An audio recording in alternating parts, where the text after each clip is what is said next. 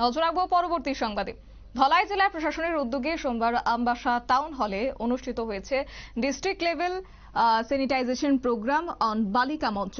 প্রদীপ প্রজ্বলনের মধ্য দিয়ে অনুষ্ঠানের শুভ সূচনা করেছেন ধলাই জেলা পরিষদের সভাধিপতি সুস্মিতা দাস।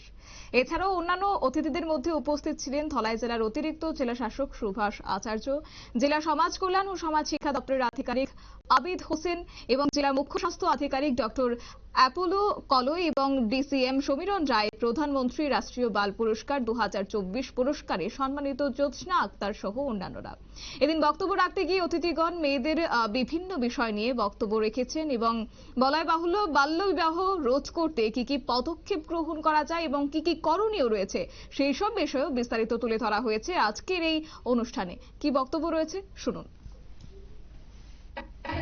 মেয়েরা উপস্থিত আছেন আজকে ধলাই জেলা থেকে বিভিন্ন প্রান্ত থেকে এবং বিদ্যালয় থেকে যারা ছাত্রীরা আছেন, আজকে আমরা এখানে উপস্থিত হয়েছি।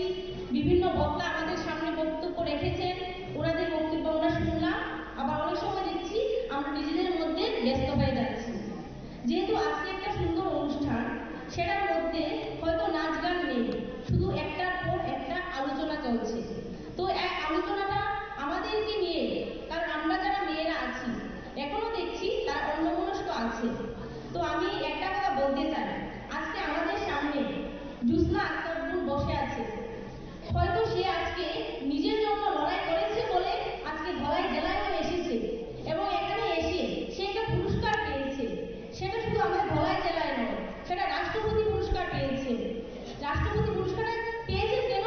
ওর সাহস এবং যে উনি নিজের জন্য কিছু একটা করবে, এই সাহসটা রয়েছে বলেই সে আজকে আমাদের সামনে শুধু বসা নয়, সে মঞ্চে বসা আছে।